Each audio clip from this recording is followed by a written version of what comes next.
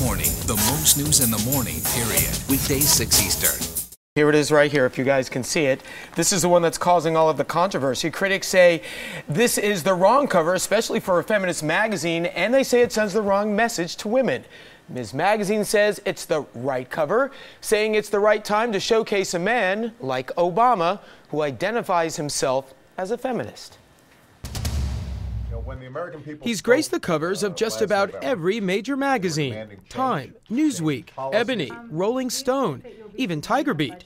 Some flattering, others controversial. File this upcoming cover of Ms. Magazine in the latter category. The problem with the cover is it's a man standing in a Superman pose. And thank you, but the women of this country can stand up for themselves. Equal pay for equal work. Feminists like Amy Siskind remember a feminist movement united under the cause of advancing women's rights. Ms. Magazine was a leading voice then.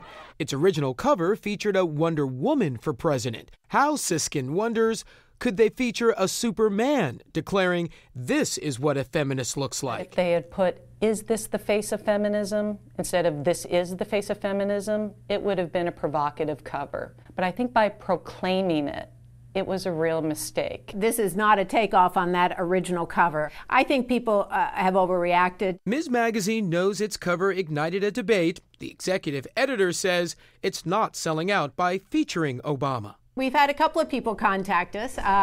Why would we put a man on the cover?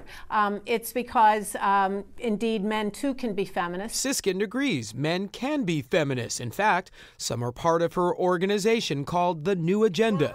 But she, like some political observers, say so far, Obama just hasn't done enough to support women. There is still some concern from some women's groups about President-elect Obama. And specifically, some of the concerns they have are there have not been that many women appointed to his cabinet. And while Ms. says it has received a mostly positive response to the cover, Siskind got responses like this on her blog. Quote, "Obama won because he was not a woman. So why does Ms. have to rub it in our faces?" Another writes, "Another example of how truly silly the hero worship of Obama has become." I think they should read the magazine. We explain why the illustration and why we wanted to really wake people up to the opportunity that now exists.